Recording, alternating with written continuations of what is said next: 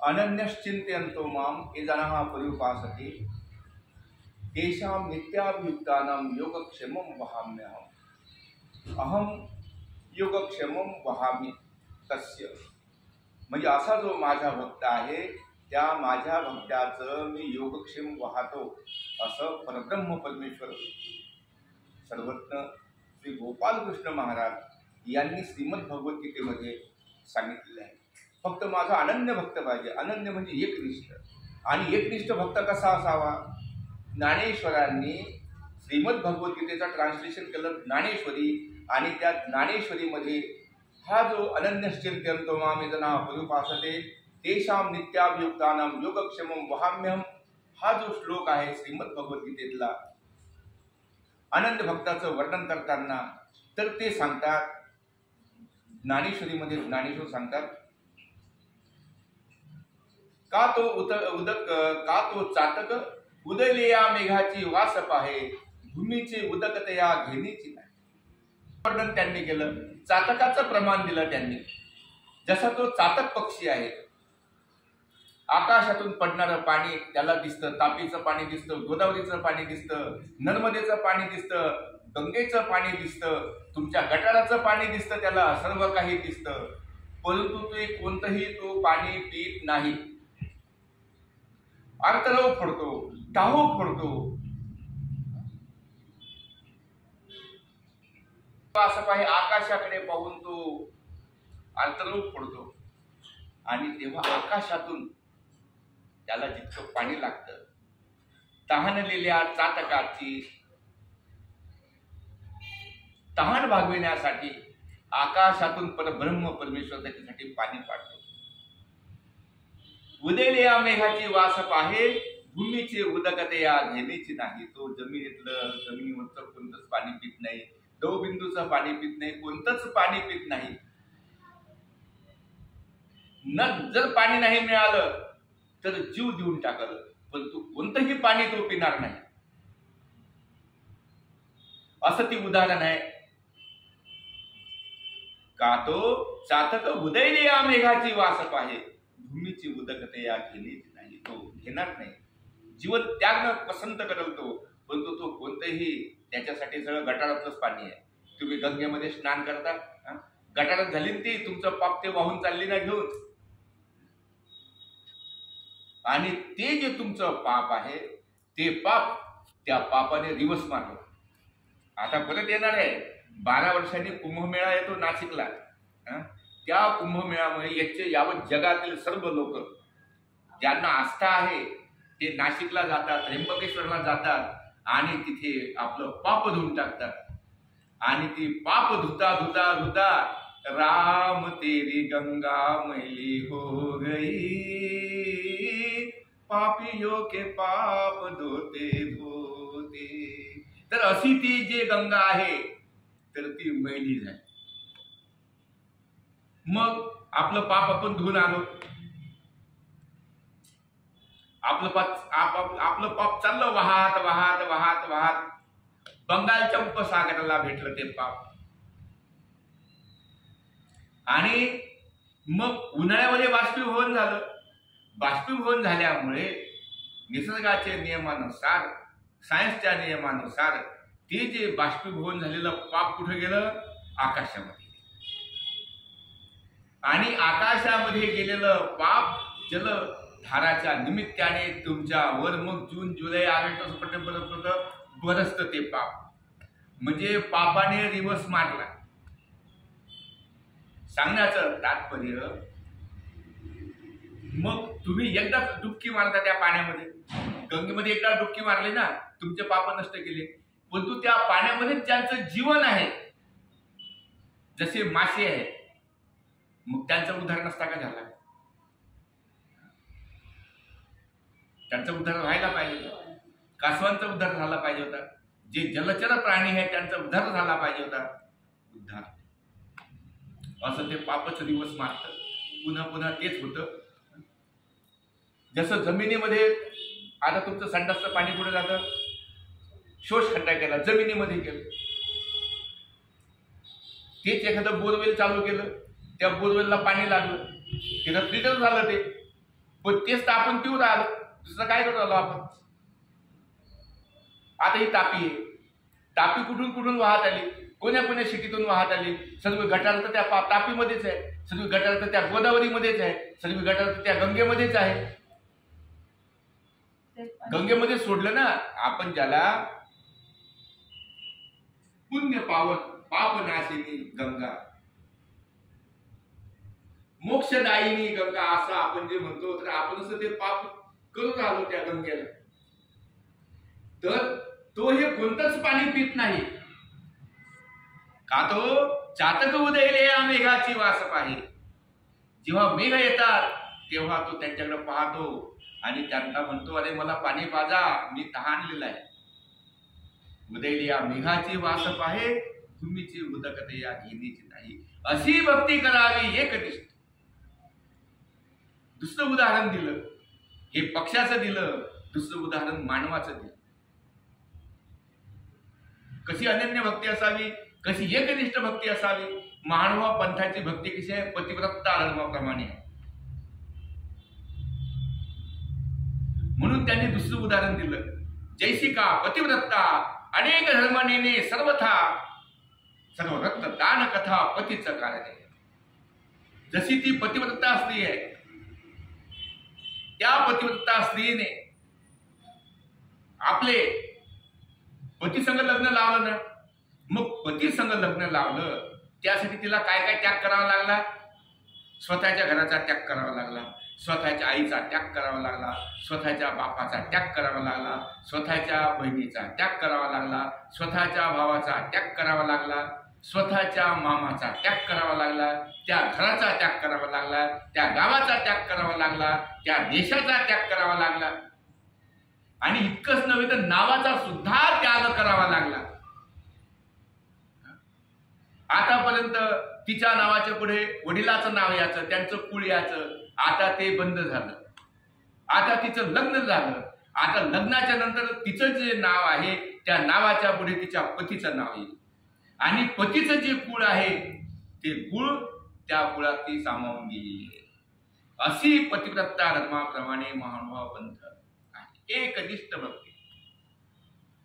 जैसी का पतिव्रता अनेक धर्म नेणे सर्वथा, सर्व रक्त दान कथा पतीचं कारण आहे. आणि अशी ती जी पतिव्रता स्त्री आहे, ती जी व्रत करते, उपवास करते, दान धर्म करते, ते सर्व पतीचं कारण आहे. माझ्या पतीला दीर्घायुष्य प्राप्त हो, माझ्या पतीला यशस्वी मिळो, माझ्या पतीला सर्वस्व जगातील जे काही सुख आहेत संसारातील ते सर्व सुख मिळो, अशी ती आराधना पतिव्रता स्त्री करीत असते. आणि पतीसाठी प्राण सुद्धा देणार ते. हा, आपण जर पाहिली मागची परंपरा, जर पती वारला तर स्त्रिया सती जायच्या, त्या पतीचं मुंडकं आपल्या मांडीवर घ्यायचं. आता तो तर निर्जोत झाला पती, पण ही सजीव ही स्वतःला जाळून घ्यायची. आपण जर राजस्थानामध्ये, आपण राजपूत आहे, राजस्थानामध्ये जेव्हा आपण जातो, जेव्हा त्या लढाया व्हायच्या, तिची पद्मिनी चित्तोडची राणी होती. जेव्हा राणा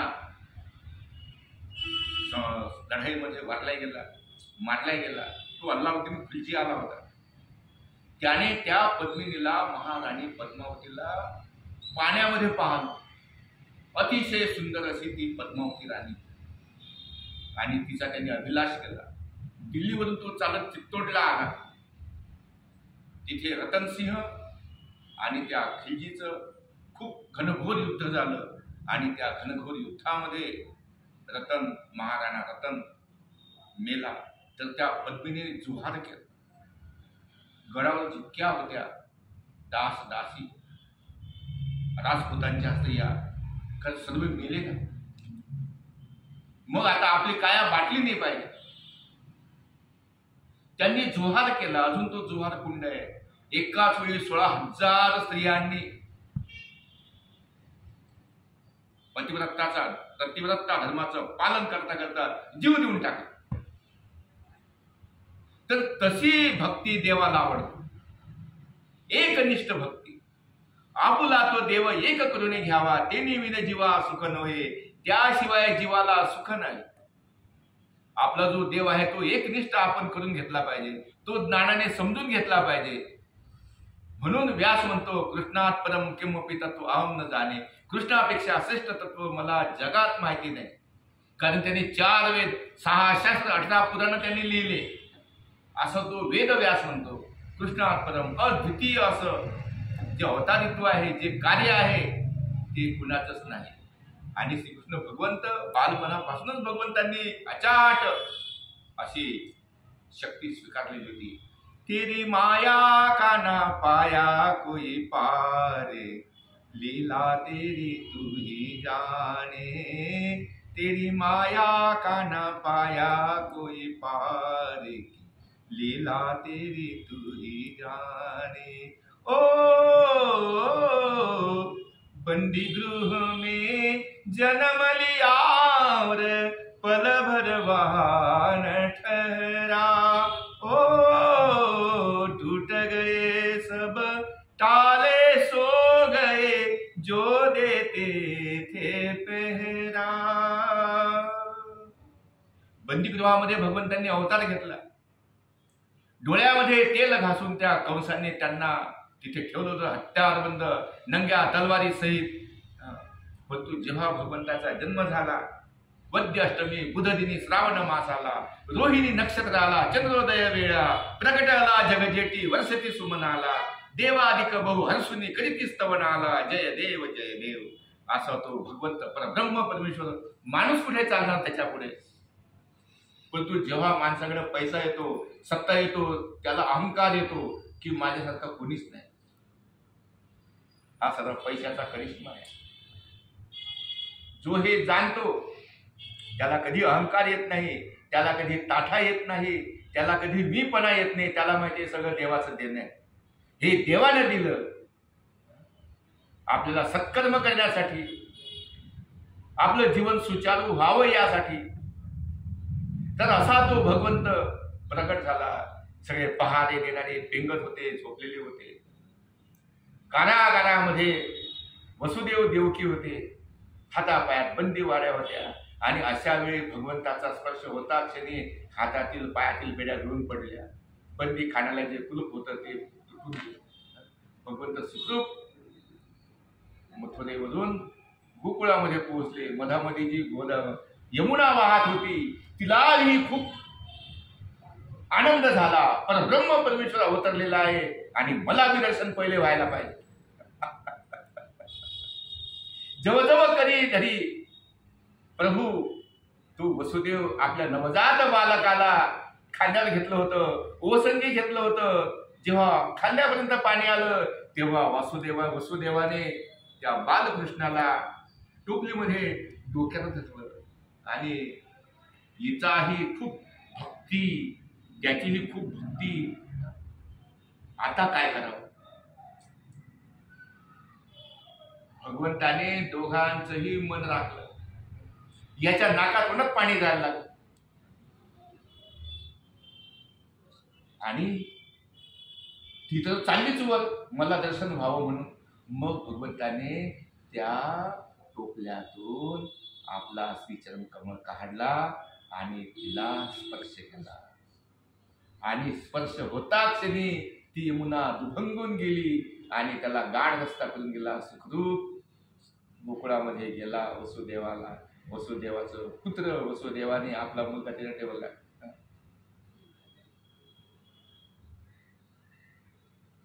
आणि ती जी कन्या होती ती कन्या घेतली. ओ वसुदेवजी. त्या वसुदेवाने बालकाला तिथे ठेवलं. अतिशय हृदय भरून आलं. बालकाला ठेवलं आणि ती कन्या, नंदाची कन्या घेऊन चालली. कोई हसे चाहे रोए, तू जो चाहे वही होए.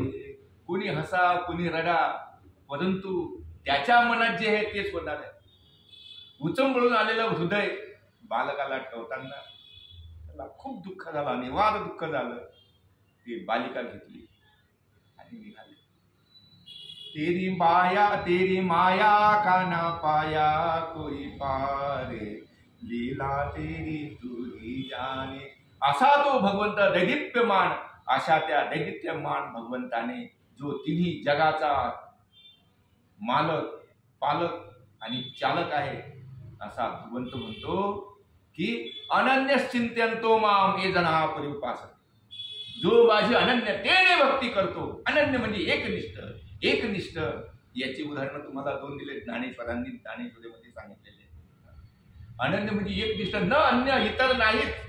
बस आपण म्हणतो ना, पती हाच परमेश्वर तुझा, पती देव म्हणजे हा तुझा देवच आहे, पती देव.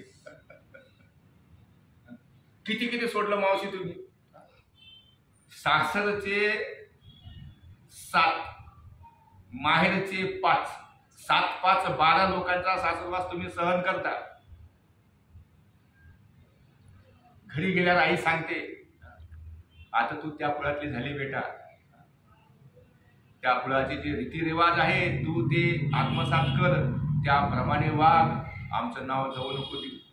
वडील बी समजावतो, आई समजावते, भाऊ समजावतो, बहीण समजावते, मामा समजावतो. हे 5 झाले. 7 इकडचे. कुणीकडचे? हे सासरचे 7 आहेत. इतकं सोपं नाही संसार करणं. तसं देव बी करणं सोपं नाही. तलवारीच्या धारावर चालावं लागतं. जशी ती तलवार आहे, तुम्हाला उदाहरण देतो की जसं ते तुमच्याकडे तो खेळ नाही, गारुड्यांचा खेळ राहायचा तो, तर एक मोठा दोर, डोंबाऱ्याचा खेळ. इकडे 2 बांबू, त्याला एक दोर बांधला, इकडे एक बांबू आणि तो दोर इकडे बांधला. इतकुसातच दोर आहे, 10 mm चा, 12 mm चा, आणि त्या दोरावर तो माणूस, ती बाई चालते, इतकुशा दोरावर पडत नाही. लोक कसे आहे? लोक चांगले नाही आहे. 3 प्रकारचे लोक आहेत. एक अनुकूल आहेत, एक उदास आणि एक प्रतिकूल आहेत. जेव्हा तो डोंबारी चालतो त्याच्यावर, त्यासाठी काय लागतं? त्यासाठी खूप तुम्हाला तपश्चर्या पाहिजे. त्याच्यावर चालण्यासाठी तुमचं आत्मिक बल पाहिजे, तुमच्या शरीराची तशी लवचिकता पाहिजे, तुमचं ते वजन पाहिजे आणि एकाग्रता. लोक तुमच्याकडे पाहतात, तुम्ही लोकांकडे नाही पाहत. तुमचं जे लक्ष आहे, इथून तर तुम्हाला तिथे जे जायचं आहे 15 फूट, 20 फूट, 25 फूट, तर तुमचं लक्ष त्याच लक्ष्यावर पाहिजे. लोकांचं लक्ष तुमच्याकडे आहे जेव्हा तो चालतो, कारण त्याची जिंदगीच ती आहे. त्याला घर नाही, त्याला दार नाही, त्याला शेती नाही, त्याला इस्टेट नाही. बस तो आपला तो उद्योग करतो, तो खेळ करतो, लोक खुश करतो, आणि खुशीपोटी लोक त्याला जे देतात हेच त्याचं त्या दिवसाचं उत्पन्न आहे. मग तो चाललेला आहे, डबडं वाजत राहतं, त्याच्या हातात एक बॅलन्स करण्यासाठी एक बांबू आहे आणि तो त्यावर चालतो. आपली कला दाखवितो, इतके हिसके मारतो, परंतु तो पडत नाही, एकनिष्ठ असतो. आणि त्याचं जे लक्ष असतं आपल्या जीवनामध्ये, आपलं लक्ष असतं माहिती नाही आपलं लक्ष काय, आपण जे जीवन जगत राहिलो, आपल्याला काय प्राप्त करायचं तीच तर आपल्याला कळत नाही. ते आपल्याला कळलं पाहिजे. जसं त्या डोंबाराला कळलं की बस तिथपर्यंत जायचं आहे. मग जे अनुकूल लोक आहेत ते म्हणतात, देवा याला पडू नको देऊ, देवा त्याच्या पाठीवर लहान लहान पोरं आहे, जर पडला तर हा मोडून जाईल, याच्या मुलाबाळांना याला कोण खाऊ घाल. जे अनुकूल आहे ती बी तो ऐकतो, तिथेच ती प्रज्ञ झाला तो. मग उदास आले. उदास लोक आपलं काय पडलं काय नेलं, आपलं पाहायचं आणि निघून जायचं, पैसे तर काही द्यायचं कामच नाही. हे उदास लोक, ते ऐकतो तो त्याच्याकडे लक्षच देत, तो चांगला. मग प्रतिकूल लोक आले. प्रतिकूल लोक म्हणत लय पैसे कमवायला लागले, तो 2-2 किलोमीटर हा तमाशा करून राहिला, खेळ करून राहिला, लाख रुपये याने कमवलेले आहे, असा पडला पाहिजे ना, याचं टमडच मोठ पुन्हा उभाच नाही राहिला पाहिजे. अशा प्रकारे हे जे प्रतिकूल आहे या लोकांचं तो बोलणं ऐकतो पण कोणाकडेच लक्ष देत नाही, तरच त्याला ते वर्त साधतं. म्हणून स्वामींनी वर्तेचा दृष्टांत दिला. जी 114 दृष्टांत आहे त्यामध्ये वर्तेचा दृष्टांत तो हा आहे. जगाने काही करू द्या, तुमचं लक्ष मात्र एक पाहिजे, भगवंताला प्राप्त करायचं आहे. आणि भगवंताला प्राप्त करण्यासाठी तुम्ही एकनिष्ठ आणि एक लक्ष तुमचं असायला पाहिजे. त्यासाठी तुमच्या शरीराची चपलता पाहिजे, तेव्हाच ते वर्त तुम्हाला साधता येईल. तर अशा प्रकारे स्वामींनी सांगितलं अनन्य म्हणजे एकनिष्ठ.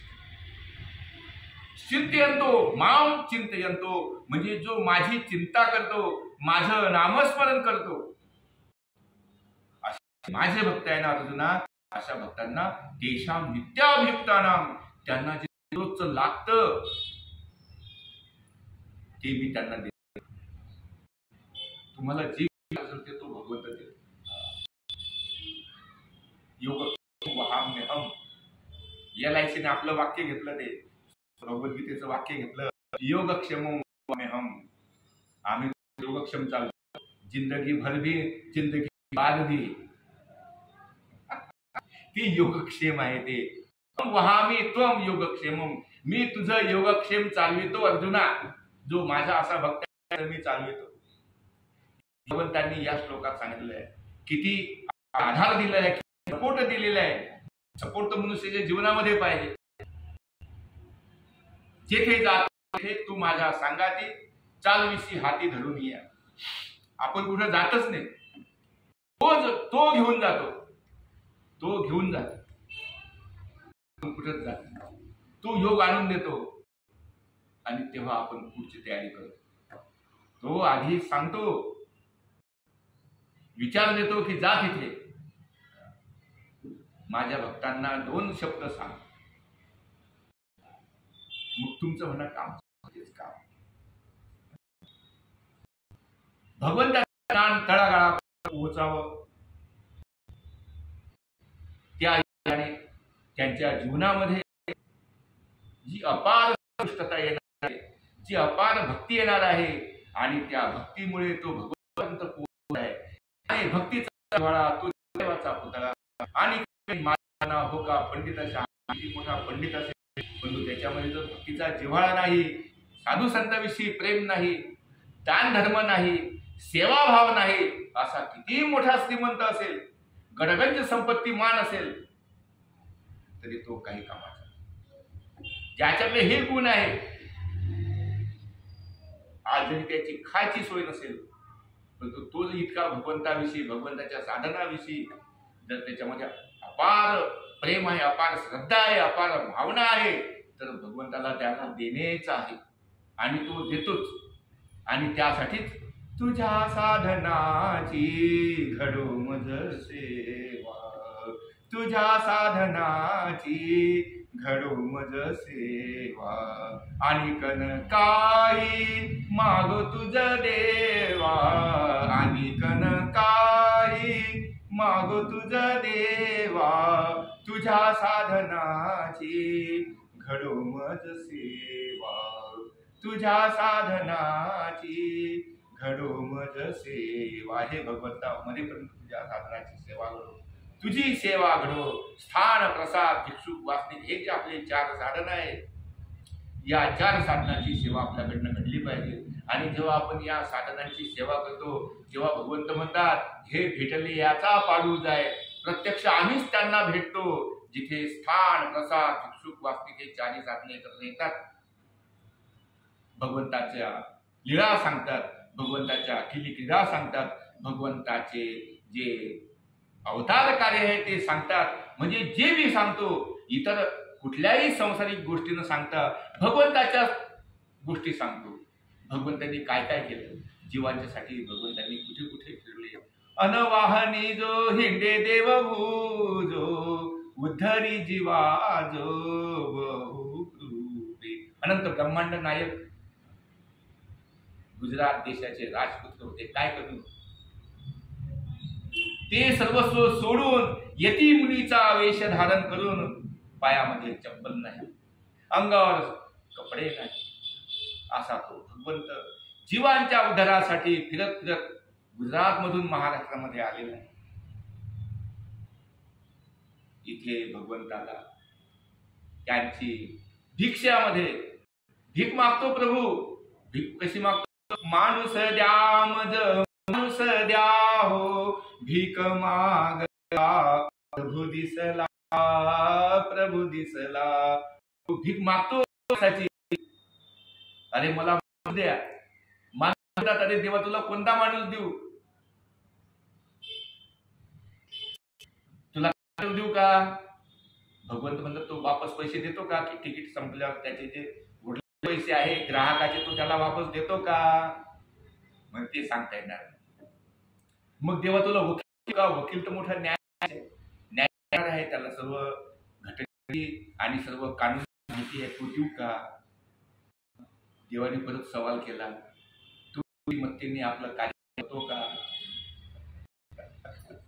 मग देवा तुला माणूस तरी कोणता द्यावा?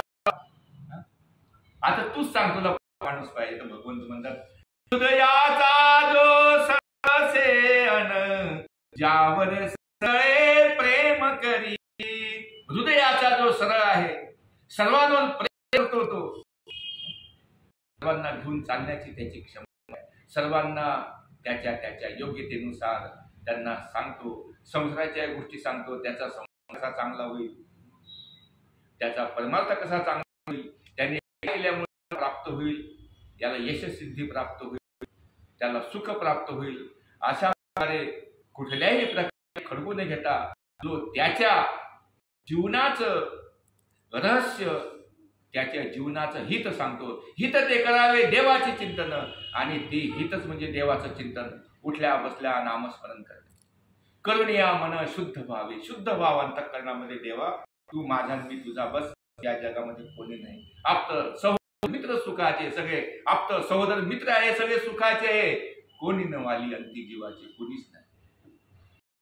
जर आपण मेलो, आपली पत्नी दरवाजापर्यंत, नातलं स्मशानभूमीपर्यंत, त्यानंतर मात्र तुमच्या समोर कोणी, त्यानंतर तुमच्या सगळं देवच आहे, तुमचा धर्मच आहे. तुमचं जे चांगलं आचरण होतं तेच तुमच्या संग आहे. म्हणून सुख के सब साथी, सुखात सगळे काही तुमचे साथीच आहे. दुःख गेलं, दुःखात कोणी नाही, दुःखात फक्त भगवंत आहे. म्हणून भगवंताचं आपण नामस्मरण करावं, भगवंताला आपण प्राप्त करण्याचा प्रयत्न करावा. त्याचं नामस्मरणामध्ये सर्व काही तुम्हाला प्राप्त होईल, तुम्हाला सिद्धी प्राप्त होईल. भगवंताला प्राप्त करण्याची तुमच्या ताकद येईल. देवभावाचा भुकेला आहे, तुमच्या श्रीमंतीचा नाही. आमचे गदोनायक होऊन गेले, देवगिरीच्या महादेव राजाचे ते अर्थमंत्री, वित्तमंत्री गदोनायक भंडारी होते. ते एकदा डोमेग्रामला आले आणि भगवंताला हात जोडून म्हणतात, जीजी माझी अपार द्रव्य असेल, अपार म्हणजे नाही, त्याची गिनतीच केल्या इतकं अपार द्रव्य आहे. मला देवाने सांगितलं, द्रव्य नपविजे नाही, द्रव्य अस्तित्वाने देव प्राप्त होत नाही. म्हटलं मला खूप बायका आहे, मला खूप मुलं बाळ आहेत, तर याचे प्राप्त होईल देव नाही होत. सगळं सर्व काही खूप मोठा मानवाईक आहे, माझ्याशिवाय तर गावातला निकाल लागत नाही, मी जे बोलतो तेच होतं, त्याने तरी मला परमेश्वर होईल, त्यानेही परमेश्वर होणार नाही. हे सर्व सोडून द्यावं लागेल तुम्हाला, आणि भगवंताचं तुम्हाला एकनिष्ठ व्हावं लागल, ऍडमिट व्हावं लागल. जसं तुम्ही दवाखान्यामध्ये जाता आणि ऍडमिट होता, कशासाठी? तुमचा रोग बरा करण्यासाठी. तसं भगवंताकडे तुम्हाला ऍडमिट व्हावं लागल. म्हणजे काय व्हावं लागल? संन्यासी व्हावं लागल, तन मन धन त्या भगवंताला अर्पण करावं लागल. आणि तो जे इलाज करेल, तो इलाज तुम्ही निमूटपणे सहन करायला पाहिजे. दे कर डोरी हाथ प्रभु के, तू एक निश्चय करले, तू एक निश्चय करले. जसा बैल मालकाच्या हातात दोर देऊन दिला, तो दोर त्याच्या नाकातून घातलेला आहे, व्यसन म्हणतात त्याला. त्याने असा ओहडला की त्याला इतका त्रास होतो, गपचूप तिथल्या तिथंच उभा राहतो. तो बैल शेतकऱ्यांना माहिती आहे. तसा आपला जो कासरा आहे तो कासरा भगवंताच्या हातात देऊन दे कर डोरी हाथ प्रभू के, भगवंताच्या हातात देऊन टाका, तो बरोबर तुम्हाला घेऊन जाईल. आता इतके साधन नव्हते पूर्वीच्या वेळी, 5-50 वर्षाच्या आधी.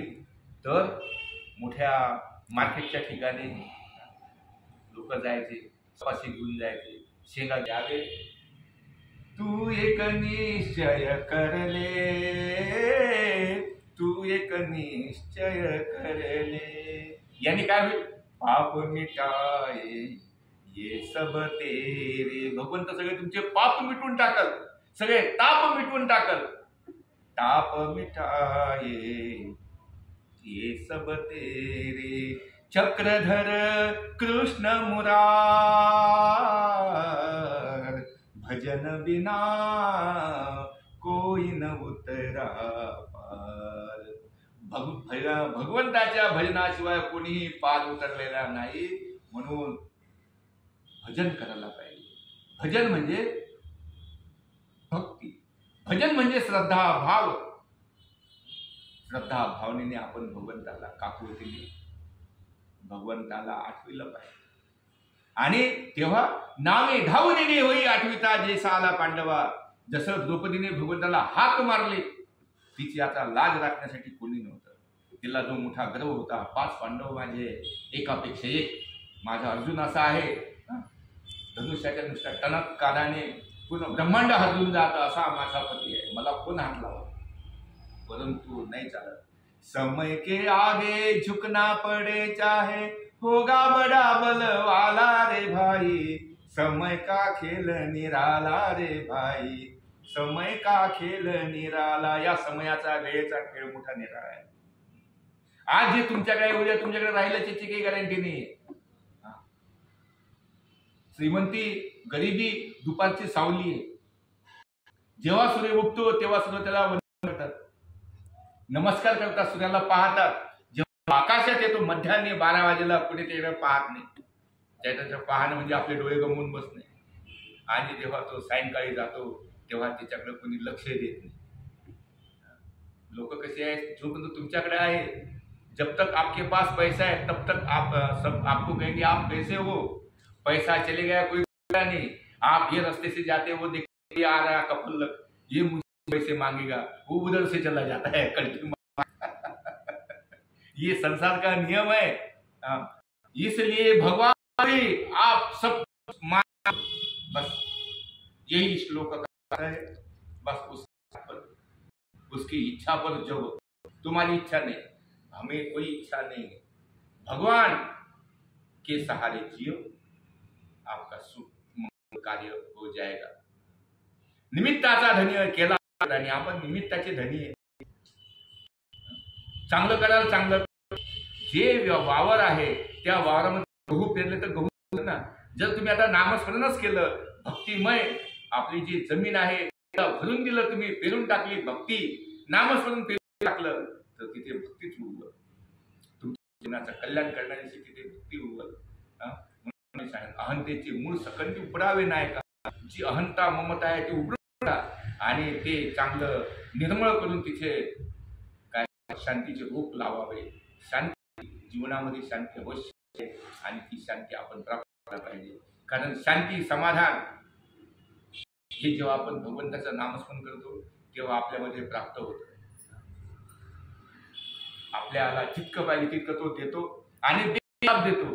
तुम्ही एक मागता, जायच्या देवाला लोक येतात, तेव्हा मला एक तरी पोरग दे, माझा कुलप दे, माझा वेल चालला पाहिजे. एक काय 2 घेणं, 2 देऊन टाकतो. त्या भगवंताची अपार महिमा आहे, अपार जीवावर प्रेम आहे. म्हणून आपण त्याच्या संग आपण प्रेम करायला पाहिजे.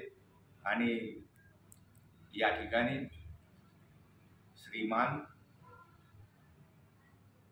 दत्ताभाऊ पाटील यांच्या घरी हा सत्संग होता आणि त्या निमित्ताने हे प्रवचन झालेले आहे. भगवंत या परिवाराला सुख समृद्धी देवो, यांच्याकडून देव धर्म करून घेऊ. आणि आमच्या भाईची इच्छा आहे की मला हे अनुसरण घडलं पाहिजे. देवाने त्यांनाही अनुसरण घडवावं, त्यांच्या परिवारात अशीच आपली कृपा करावी. आणि तपस्विनी पूजनीय ज्योतिषाचार्य श्री वसुधादिदी पालिमकर आणि मी आचार्य श्री पालिमकर शास्त्री आपल्या सर्वांना नवीन वर्षाच्या शुभेच्छा देतो, श्री दत्त जयंतीच्या शुभेच्छा देतो आणि इथेच आपली रजा घेतो. दंडवत प्रणाम.